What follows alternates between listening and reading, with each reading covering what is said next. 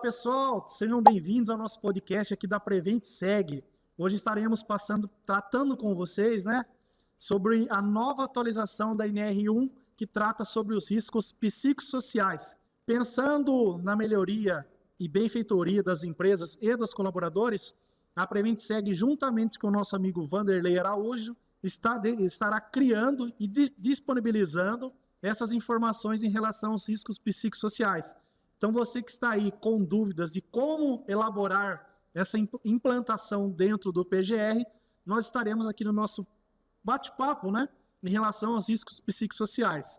Então, agora eu vou deixar aqui o nosso amigo Vanderlei passar para vocês alguns conceitos, ele se apresentar. O Vanderlei já é de casa, né, Vanderlei? Sim, André, já fazemos aí alguns trabalhos em parceria, né?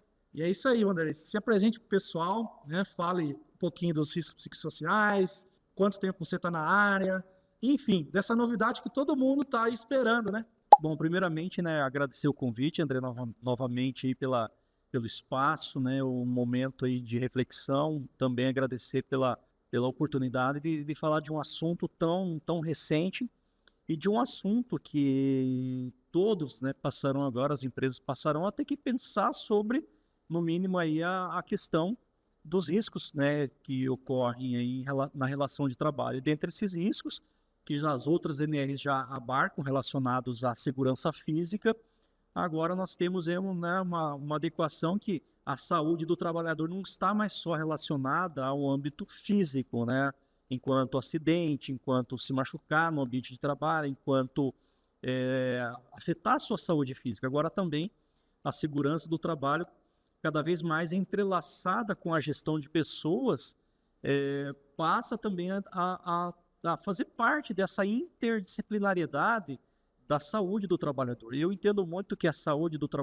trabalhador, André, nunca pode ser uma responsabilidade apenas de um departamento estratégico da empresa, como é do RH, como é do SESMIT, da medicina do trabalho, mas é um conjunto, porque quando a gente fala de saúde, tanto saúde física e agora mais a saúde mental, a gente tem que entender que o ser humano está inserido em relações de trabalho. Então, essas relações de trabalho, elas podem ser boas, benéficas, ou elas podem ser prejudiciais à saúde do trabalhador, tanto no nível físico, às vezes uma má orientação, um mau treinamento, ou não ter um treinamento ou equipamentos adequados para o trabalho que vai acarretar algum acidente e aí prejudicando a saúde do trabalhador.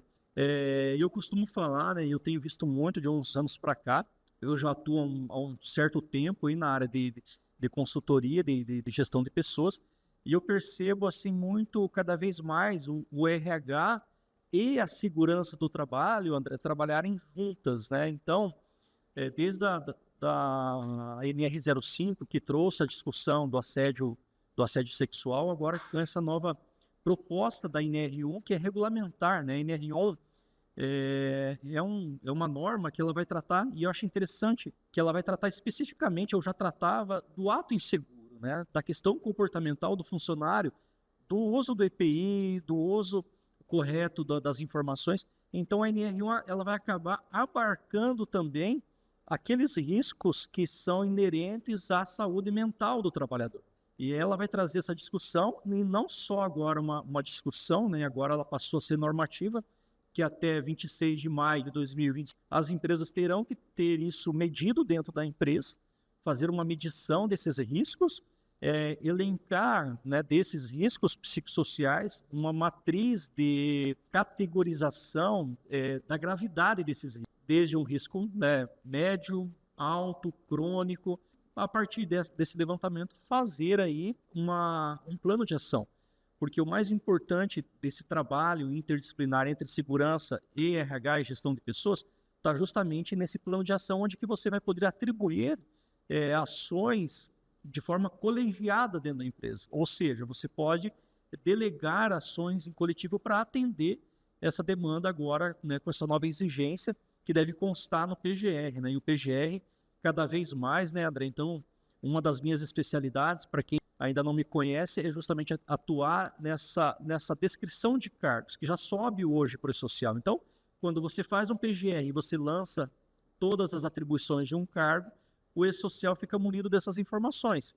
e agora com essa nova regulamentação, também o levantamento dos riscos psicossociais subirão para o E-Social. Ou seja, não basta apenas ter um documento só sobre o E-Social, mas também ter um plano de ação que justifique ali o que você levantou e busque sanar aí ou zerar os riscos psicossociais. Certo, Vanderlei. Muito boa introdução. Assim como eu, acho que a grande maioria dos profissionais da área tem essa dúvida. Mas o que é risco psicossocial? Quando a gente fala assim, risco psicossocial, lá atrás já se falava-se um pouco, né, sobre risco psicossocial. Agora entrando em vigor juntamente com a NR1 e isso caracterizando no PGR. Mas eu gostaria que você explicasse para os nossos queridos colegas ali o que é o risco psicossocial. A gente pode entender, né, a literatura, né, o que eu tenho lido, né, enquanto definição até para o Ministério do Trabalho, são todos os fatores ali que, de certa forma, vão gerar um adoecimento do profissional. E esse adoecimento ele vai ser identificado através dos atestados. Normalmente, quando alguém adoece, né, ele tende a se tratar. E aí isso vai aparecer através, né, um dos indicadores que você pode também entender o risco psicossocial está no absenteísmo de alguns tipos de doenças, principalmente as doenças relacionadas, né, à questão de saúde mental ali do trabalhador. Então, a gente pode definir os riscos de forma geral, né, tudo aquilo que na relação de trabalho, de certa forma, afeta a saúde, tanto psicológica e emocional do trabalhador.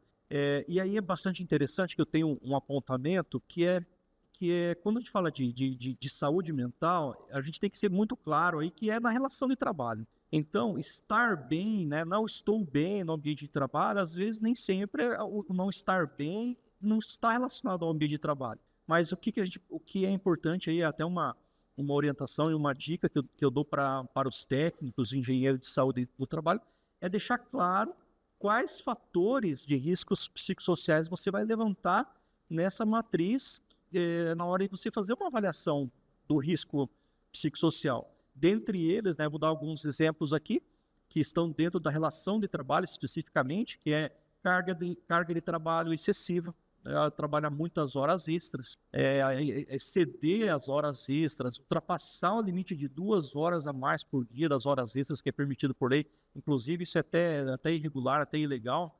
Então, a sobrecarga de trabalho relacionado à quantidade de horas de trabalho é um fator de risco. Analisar o quadro de funcionários é um fator aí, um plano de ação que pode ser pensado nessa carga horária. Outro exemplo também, né? Estabelecimento de metas que não levam em conta um crescimento saudável da empresa. Vou dar um exemplo. Hoje se sabe que toda empresa ela precisa crescer pelo menos de 4,5% a 5,5%, porque a taxa de inflação que corrompe, né, e corrói aí o poder aquisitivo das pessoas e salarial. Então, a empresa, para poder pagar um salário, poder pagar uma folha de pagamento, necessariamente ela vai ter que crescer pelo menos mais de 5%. Agora, quando eu não tenho uma meta estabelecida de forma salutar, levando em conta taxa de inflação, levando em conta aquilo que realmente pode crescer e não estabelecendo metas absurdas, que são inatingíveis, porque tem muitas metas que são inatingíveis, não tem critérios definidos e não está definido, inclusive, para os funcionários. Então, estabelecimento de metas além daquilo que pode ser feito pode gerar um tipo de risco. Outro fator de risco que pode acontecer também nas empresas e que a gente pode citar aqui também já a nossa NR05, que vai tratar de assédio, né? E no caso da NR05, o assédio sexual. Mas eu não diria que só o assédio sexual é um fator de risco, mas na relação de trabalho, quando é uma relação conflitante ou uma liderança que é muito punitiva, uma liderança que acaba exercendo ali uma comunicação muito, muito ríspida com o funcionário. Maus tratos ali relacionados à correção, por exemplo, corrigir o funcionário em público, criar situações constrangedoras entre liderado e líder. O líder ele gerar situações que vão deixar o funcionário abalar emocionalmente ali o funcionário relacionado a essa relação entre líder e liderado. Então, é importante, na hora que for montar uma matriz, né, de avaliação de riscos, ter muita clareza daquilo que está dentro da relação de trabalho e daquilo que não está. porque, e aí eu faço um adendo, né? Um adendo que eu tenho ouvido muito essa pergunta, André, é uma pergunta assim, mas então eu preciso aplicar uma pesquisa de clima? Não, a pesquisa de clima é um plano de ação, mas não podemos confundir pesquisa de clima organizacional com matriz de risco, porque a pesquisa de clima vai levantar muito mais questões subjetivas da relação de trabalho. E no mapa de risco, a hora que você vai montar a matriz, é na relação de trabalho, ou seja, aquilo que a empresa está gerando dentro do relacionamento entre funcionário e empresa. Tá? Então, a pesquisa de clima pode ser um plano de ação para você identificar o que está gerando, mas a pesquisa de clima não é a matriz ao qual aí os técnicos, os engenheiros de segurança do trabalho terão que lançar no PGR.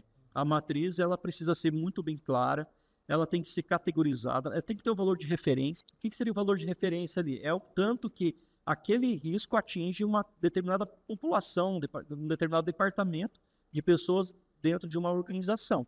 E é onde que ela vai subir, né? Essa matriz ela vai subir junto ao PGR, ela deve constar no PGR de forma clara, mas também seria já um plano de ação dentro dos fatores que foram identificados. E só tomar, eu acho que uma das dicas que eu dou é não confundir pesquisa de clima organizacional com avaliação de riscos psicossociais, porque você vai avaliar nesse instrumento de avaliação dos riscos, você vai avaliar exatamente fatores que são inerentes à relação de trabalho. E pesquisa de clima vai um pouco além disso, trazem à tona aí a questão da subjetividade, a percepção do funcionário em relação à empresa, e nos fatores de riscos você vai trazer muito mais elementos concretos da relação, como, por exemplo, o banco de horas. E é muito importante na hora de elaborar um instrumento de avaliação de riscos psicossociais, é separar o joio do trigo que eu falo. É aquilo que é concreto, que você pode identificar e você pode elencar, inclusive, até medir. Né? O banco de horas é um exemplo. Metas excessivas é outro exemplo, porque isso está dentro da organização, não está no nível subjetivo. E essa é eu acho que a grande dúvida, e até os psicólogos que eu tenho conversado também têm tido essa dúvida relacionada a categorizar os riscos psicossociais. Mas a dica que eu dou é sempre trazer os elementos ali que na relação de trabalho são exigidos do funcionário. E aí tem um adendo também, né? Importante, não posso deixar de falar, que a relação de trabalho sempre é uma relação de competição. A cobrança sempre vai existir. Não tem como uma empresa existir se ela não tem concorrente, não tem ela existindo hoje no mundo capitalista, assim, se ela não traz resultado. A empresa que não traz resultado de forma financeira, ela está fardada a fechar as portas. Então, a grande questão aí que eu acho que a norma traz é essa relação de cobrança. Como que é feita essa relação de cobrança em relação a metas, em relação a processos, procedimentos que são necessários para a empresa, sem que seja algo muito coercitivo. Então, a comunicação também é um bom exemplo. A forma de comunicação entre líder e liderados também é um fator que pode ser avaliado, sim, dentro da matriz. Né? A comunicação ali efetiva, até um nível de orientação. Né? Eu contratei um funcionário, eu treino ele, como que eu transmito a informação dos processos importantes para ele. Ele está a par, ele está sabendo, tem um tutor ali. E isso pode ser um elemento que dá para medir. Ou você faz ou você não faz. Isso é concreto, né? É possível você saber se tem ali um plano de treinamentos dentro da organização que vai favorecer uma integração daquele funcionário para que ele não se sinta perdido. E automaticamente ele ali se sinta deslocado da própria equipe. Ô, Vanderlei, você falou bastante de matriz para fazer a caracterização dos riscos psicossociais. A empresa, ela precisa ter um psicólogo lá dentro, ou ela pode contratar uma gestão, uma mentoria? O que você tem para falar para a gente? Até porque é tudo muito novo, né? Eu entendo que nem todas as empresas hoje ela conseguem ter um psicólogo lá dentro. Mas o que você recomendaria para a gente estar atendendo a NR1? Eu entendo assim, André, que a norma ela não determina, né? Ela não é clara nesse sentido qual é o profissional que deverá fazer. É muito diferente quando você aplica, por exemplo, a questão da ergonomia. Então, quando você vai fazer uma AET, né, análise ergonômica do trabalho, necessariamente você precisa de um fisioterapeuta. mas a norma não deixa claro, né, qual profissional está ali pelo PGE para você lançar a informação. Até, André, não, se eu tiver errado, equivocado, mas até o momento eu não encontrei isso. Porém, quando se contrata um psicólogo, ao invés de deixar para um técnico de segurança ou um engenheiro de segurança aplicar, você tem um fator chamado neutralidade. Porque quando você faz uma avaliação neutra dos fatores de risco psicossociais, a neutralidade vai te dar uma veracidade do que realmente está acontecendo, até para você fazer um plano de ação. E aí, os psicólogos, né, eles têm muito isso na sua formação acadêmica, que é a neutralidade de você não ter a sua percepção envolvida no processo. Então, o psicólogo ele está aquém da relação de trabalho e ele consegue visualizar, né, e deveria, e a gente espera que isso aconteça, né, essa neutralidade na percepção daquilo que está ocorrendo. Ele estar além, observar e fazer um mapa do que efetivamente ali são os fatores de riscos psicossociais que podem estar gerando algum tipo de doença mental, alguma doença aí laboral, resultado de questões mais psicológicas. Então, eu entendo que o psicólogo ele tem mais elementos para essa neutralidade, para uma análise mais técnica do que apenas o técnico de segurança, porque na formação do psicólogo você tem isso, né, na sua grade curricular, a questão da pesquisa científica, a questão de saber até onde vai a sua subjetividade numa avaliação, e entendo que o psicólogo estaria mais apto, mas não me recordo, né, não me recordo, talvez aí os engenheiros, os técnicos de segurança se encontrarem na lei, né, essa definição, eu entendo que nos ajudaria também, mas a princípio não determina. Porém, o psicólogo teria mais elementos e até ferramentas para fazer a avaliação, tanto quanto o plano de ação também. E o plano de ação é muito voltado à questão interdisciplinar. Eu gosto muito disso. Hoje, a gestão de pessoas saiu, né, da esfera RH, esfera de departamento pessoal, esfera de gestão de pessoas, ela está hoje amarrada, né, entrelaçada com vários outros departamentos, principalmente a segurança do trabalho. Eu cada vez mais tem muitos técnicos de segurança trabalhando junto comigo. Eu acho importante, Vanderlei, você falar dessa mentoria, dessa consultoria, até mesmo para os técnicos que trabalham de forma individual, né? Às vezes eles atendem algumas empresas, prestam consultoria para essas empresas, e é muito importante você técnico, você engenheiro ou você da área da saúde, fazer essa parceria com um profissional da área, né? Porque ele vai estar falando ali com os riscos que de fato que a pessoa está exposta, né?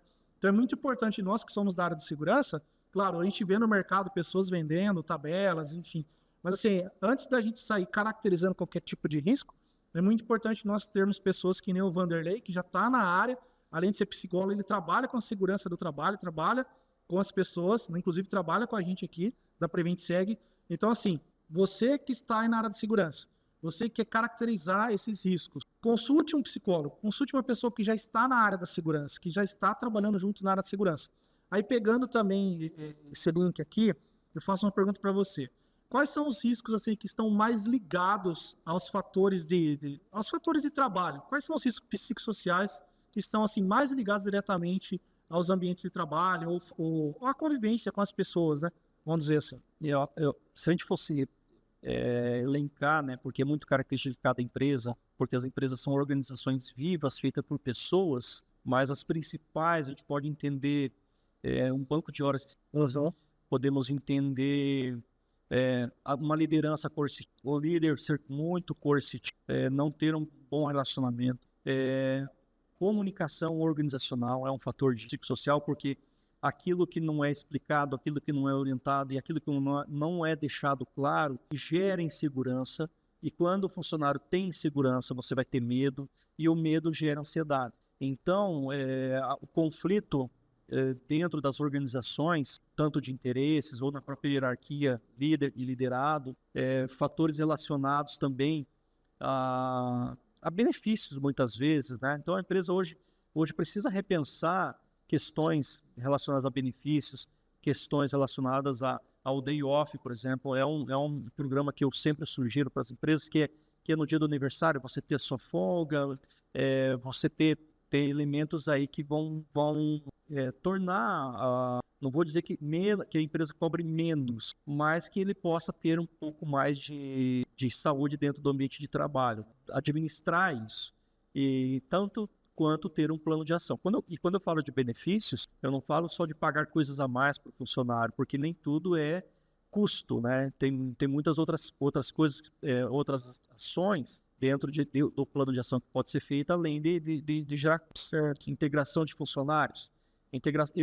Eu também é um dos aspectos que eu defendo bastante. A integração de funcionários é fundamental, é onde se esclarece aquilo que se espera dele. Então, a clareza na comunicação entre o contrato de trabalho, a descrição do cargo dele e aquilo que ele vai ter que entregar, isso é fundamental numa integração. E todas as minhas integrações eu sempre faço questão de ter o técnico de segurança. Por quê?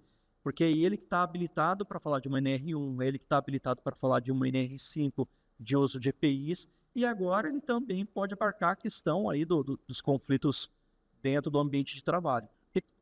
Antes de sair essa atualização da NR1, tinha algumas normas que já citavam, né?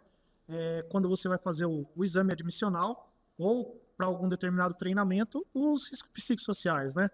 Então isso já está vindo, já está crescendo dentro das empresas, isso já está fazendo com que os trabalhadores, as empresas tenham ali a ciência do que as pessoas que eles estão contratando. Pensando agora nos riscos psicossociais, você acha que seria interessante, isso não está na norma, né? Mas assim, que na anamnese tivesse algo específico já para estar ali validando essas informações, isso ajudaria de repente na construção do PGR? Excelente pergunta, André. Inclusive no meu trabalho, né, nas minhas consultorias, eu oriento sim a ter um levantamento prévio da ação.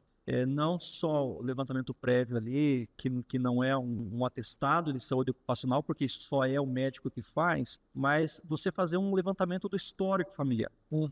Então, quando a gente fala de fatores de risco psicossociais, a gente tem que sempre separar que existem coisas que são inerentes ao ser humano que ele não vai estar bem, né, por fatores fora do ambiente de trabalho. E é onde que me preocupa muito, às vezes, e aí, como você muito bem pontuou, não é vender uma planilha, não é vender um instrumento que eu já vou definir o que é um risco psicossocial. Por quê? Porque o ser humano, por si só, ele tem as suas insatisfações, todo ser humano tem as suas dores, a sua ansiedade, todo ser humano tem seu dia que não está bem, que não está feliz. Então, fazer esse levantamento do histórico familiar, se já teve alguma situação na vida onde já teve alguma situação de afastamento, esse levantamento é muito importante na entrevista. Então, na entrevista inicial, eu posso fazer essas perguntas, desde que respeitando ali, né, algumas regras, né, e condutas éticas, não expor o candidato e o candidato estar aberto a posicionar. Por quê? Porque quando você entende um pouco mais de quem você está contratando, isso se torna elementos de um plano de ação para você não perder bons profissionais. Porque às vezes ele pode ter tido alguma situação, algum evento, né, na vida que possa atrapalhar a contratação dele. Se você faz esse levantamento prévio na entrevista admissional, você pode ter profissionais excelentes, muito capacitados, e você fazer ali um acompanhamento, uma orientação e verificar até que ponto isso vai atrapalhar ou não, e ele está próximo, ao invés de você reprovar um candidato que tinha enormes potenciais para agregar, para trazer ótimos resultados, e fazer esse levantamento na entrevista acho bem pertinente, bem interessante. Até porque a gente hoje quando a gente fala de contratação, e o pessoal do RH vai concordar comigo, estamos tendo muita dificuldade. Eu nunca vi, né, na região aqui no estado de São Paulo, eu atendo também empresas fora do estado de São Paulo, e eu tenho ouvido muito assim, sempre essa frase: não acha gente, não tem gente. E uma reflexão que eu tenho, André, aí é uma reflexão muito mais particular, é uma reflexão muito mais minha, né, de leitura social. Eu divido a sociedade, né, principalmente a relação de trabalho, em dois grandes momentos: antes pandemia e pós-pandemia. Eu entendo que a sociedade, não as pessoas, mas a sociedade, todo mundo, está um pouco mais fragilizado, um pouco mais ansioso. a gente pode até observar, né, os números de afastamento, comparando antes e depois da pandemia, aumentaram. Não sei se a pandemia gerou essa fragilização humana, mas eu não consigo não comprovar isso. Para mim é muito evidente que a pandemia ela fragilizou e as pessoas tendem a evitar o trabalho presencial. Hoje, né, a maioria das pessoas, se elas puderem, elas preferem ficar no home office. Então aí você já percebe o quê? Um comportamento de não estar no presencial. E não estar no presencial, que elementos são esses que impedem você querer trabalhar presencialmente? Entendo que essa matriz de avaliação dos riscos psicossociais vão trazer um pouco de luz nessa relação aí de ter a preferência do home ao invés do trabalho. Então, acredito que a pandemia ainda deixou algumas marcas no ser humano, deixou algumas situações em que as pessoas estão mais fragilizadas. Então, e isso é interessante que numa entrevista admissional, né, uma entrevista de empregos, você consiga ter esse bate-papo, né? Ô, Vanderlei, e todas as empresas, pensando as empresas que têm a obrigação de elaborar o PGE, todas elas precisam caracterizar os riscos psicossociais.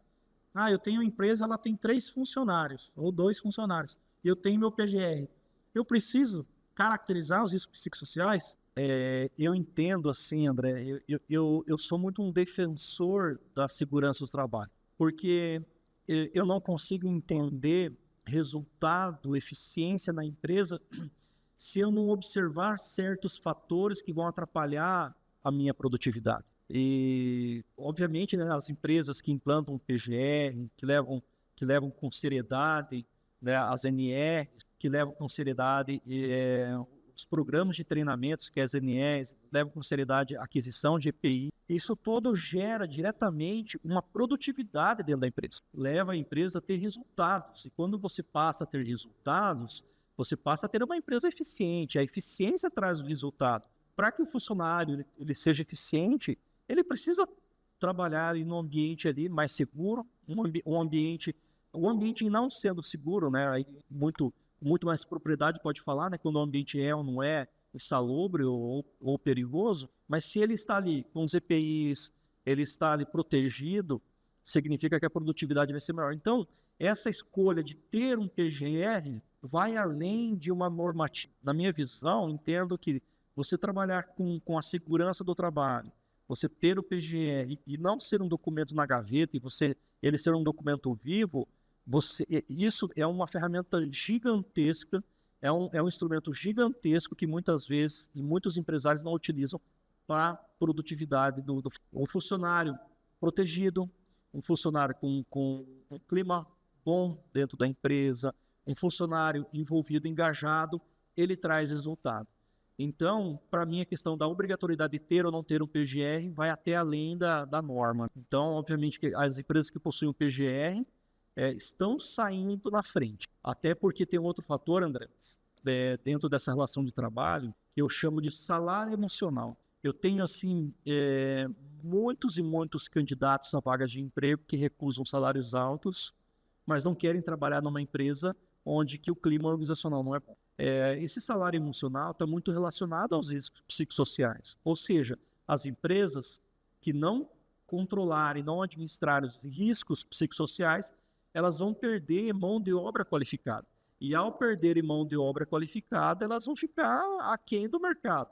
E ficando aquém do mercado, aí tende-se a aumentar os custos, aumentar despesas com processos, aumentar de folha de pagamento, porque quanto mais ineficiente é a sua equipe, mais pessoas você tem que ter dentro do quadro para atingir um resultado mínimo. Então, a saúde do trabalhador, a segurança do trabalho, a proteção, o uso de EPIs, pensar no trabalhador, hoje deixou de ser apenas regulamentar.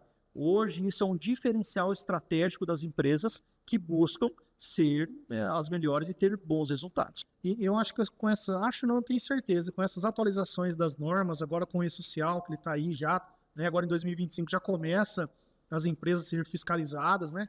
Muita gente não está dando tanto valor, vamos dizer assim, para o E-Social, e todas essas atualizações que as normas estão sendo realizadas com as normas, ela também, para a gente da área de segurança que trabalha corretamente, vai facilitar a nossa vida. Por quê? Vai começar a eliminar aquelas pessoas que fazem o Ctrl+C ou Ctrl+V de uns determinados PGRs ou outros tipos de documentos, né? Por isso que é muito importante, você que é técnico, você que é engenheiro, ou você que quer estar na área de segurança, sempre que você for elaborar uma documentação, principalmente desse porte de um PGR, você realmente ir na empresa, você realizar um levantamento, quantificar um agente, e agora com risco psicossocial, você ter uma pessoa como um psicólogo para nos orientar. Como o Vanderlei falou, a gente está comentando aqui, não é simplesmente você comprar aí uma tabela de classificação de riscos. Não, é realmente você ter uma parceria, você conhecer, você identificar, porque você está lidando com vidas, com saúde, né, Vanderlei? Então, assim, quando a gente trata com saúde, com segurança do trabalho, são regras, sim, negociáveis, né? Exatamente, André. Então, eu particularmente, né, eu gosto de DPGR, gosto até para entender um pouco assim o que eu, enquanto RH, preciso fazer de aquisição de um EPI, como que vai ser feita essa entrega, como que vai ser arquivada essas fichas de EPI. E reforço a sua posição, André, porque fazer um PGR, vender um PGR de forma indiscriminada apenas porque a empresa precisa de um documento para apresentar para uma fiscalização, não é só uma questão, né, de falta de profissionalismo, é uma questão que vai contra até os princípios éticos da própria profissão. Então, você vender um documento, você fornecer uma planilha, hoje eu vejo muito no Instagram essa discussão, mas estar presente, analisar o que ocorre é muito mais efetivo, porque quando você está presente, você faz uma visita técnica, você faz uma avaliação, você está junto, é muito mais efetivo as suas ações e elas acabam trazendo resultado muito mais do que apenas fazer um Ctrl+C, Ctrl+V. E, André, eu tenho visto sim, né? Vejo muitos PGRs aí, Ctrl+C, Ctrl+V, só muda o nome do cliente ali, o restante, ainda mais se forem empresas do mesmo segmento. Aí piora ainda a situação do Ctrl+C, Ctrl+V, porque cada empresa ela possui características particulares. Tem empresas que você tem uma quantidade mínima de armários, empresas que você tem uma quantidade mínima de vasos sanitários, empresas que você tem... Então, não é somente um Ctrl+C, Ctrl+V que vai resolver ou vai ajudar na saúde do trabalhador. E eu sempre defendo, né, uma das minhas bandeiras também, que a gente não trabalha numa profissão, a gente cuida de vida. E cuidar de vidas é cuidar de um pai de família, de uma mãe, de um filho, né, que vem trabalhar com a gente. Então, esse respeito ético de você elaborar um instrumento, de você fazer uma visita técnica é fundamental. Mesmo, inclusive nos riscos psicossociais, porque se não tomarmos um certo cuidado, a gente acaba entendendo que a subjetividade é o risco psicossocial, e nem sempre, é a relação de trabalho ali, a relação de trabalho concreta, até porque a empresa precisa ter elementos concretos de intervenção, então não pode ficar no nível da subjetividade, né, naquilo que... E quando você faz um documento só Ctrl+C, Ctrl+V, você não tem acesso a esse universo de informações que vão te dar respaldo técnico para uma boa avaliação, inclusive do tema que a gente está abordando, né, o tema do risco psicossocial.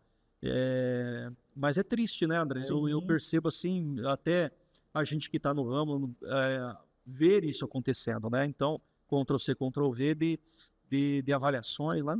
Então, a efetividade. E eu cito como exemplo, eu atendo uma fábrica na área de fermentos, onde que eu fiz questão de estar presencialmente numa revisão de descrição de cargos. Por quê? Porque uma coisa é o que acontece no dia a dia e outra coisa é o papel. O papel não consegue expressar tudo aquilo que ocorre dentro da relação de trabalho. E esse filtro, se você não está presente, se você não faz uma visita, não faz um treinamento, fica difícil você... ser efetivo na sua ação ali de cuidados da saúde do trabalhador. Esse é um dos primeiros bate-papos que a gente vai estar realizando, Vanderlei. Como eu disse, a gente disse no início aqui, é tudo muito novo, mas assim, nós precisamos ter profissionais como o Vanderlei do nosso lado para nos auxiliar. Volto a frisar novamente, não é comprar tabela ou comprar matriz de caracterização, é sim conhecer, é saber como aquelas pessoas estão trabalhando aí na sua empresa. Você também que é prestador de serviço, tem uma consultoria ou atende algumas empresas, é muito importante você fazer isso que a gente está comentando aqui, né? Conhecer as pessoas, conhecer os profissionais. O Vanderlei vai estar sempre com a gente aqui. Depois o Vanderlei vai estar deixando o contato dele, falando um pouquinho da empresa dele também, que isso é muito importante, né? Para facilitar a nossa vida. E é muito importante nós, como os técnicos, engenheiros, pessoal da saúde, nós darmos valor para essas pessoas. Não acharmos que nós somos donos da verdade. E sim que a gente trabalha em conjunto. Todo mundo tratando da saúde e segurança dos trabalhadores. Bom, agora eu vou abrir o espaço para o Vanderlei aqui, né, para ele falar um pouquinho da empresa dele, do ramo que ele atende, como que faz para entrar em contato com ele, das suas redes sociais, enfim, para que você que está aí do outro lado, entre em contato com o Vanderlei, né, se aproxime mais, para a gente entender um pouquinho desses riscos psicossociais. Bom, André, você já me conhece há um tempo, né? Eu gosto muito de trabalhar, como eu falei, né? Eu não só tenho um discurso, mas eu também tenho uma prática dessa relação de parceria. Quando a gente vai lidar com pessoas, né? Vai escolher, né? Escolhe, né? Cuidar de... É sempre um desafio. Então, não existe receita pronta. Lidar com pessoas nunca tem uma receita pré-definida, que o ser humano vai agir assim, vai se comportar assim, porque o ser humano sempre é capaz de te surpreender. Então, eu me coloco sempre à disposição de auxiliar, né? Então, de apoiar, ficar numa retaguarda, dando sugestões, orientações. Felizmente, graças a Deus, né? Então, eu tenho meu horário bem preenchido. Não tenho horários livres assim, mas a gente sempre acaba encontrando aí um espaço para atender e a gente formalizar aí algum projeto junto, né? Algum trabalho junto. Me coloco à disposição, como o André falou, vou deixar aí o meu Instagram, vou deixar os meus contatos, para que vocês que queiram, né, trocar uma ideia, que queiram aí ouvir sugestões e que avaliem que eu possa contribuir, fico à disposição. Como eu falei também, é um processo novo até para nós, psicólogos hoje também é um desafio, porque é um elemento ali que não está muito claro em relação ao estabelecimento de certos critérios, onde você vai montar a matriz de avaliação, mas que é fundamental e a gente tem um prazo, né? Nós temos até maio aí para fazer aí as matrizes, começar a estudar, para que quando chegar em maio a gente já tenha o PGR com os riscos levantados, com o grau de risco de cada fator psicossocial, tanto quanto já anexar, e a minha sugestão, uma dica que eu dou para todos os técnicos de segurança, já aproveitar e como vai fazer a revisão de 2020 dos PGRs, e já começa a trazer aí a questão dos fatores de risco psicossocial, deixando o PGR adequado, já previamente não ter que esperar a data de maio. Perfeito. Bom, pessoal da área da segurança, espero que vocês tenham gostado do nosso bate-papo aqui. Como o Vanderlei disse, a gente vai estar deixando aqui os contatos, o contato da Prevent Seg, né, para quem nós estamos aqui para ajudar vocês de alguma forma, né? Não pensando somente no vender, mas sim ajudar.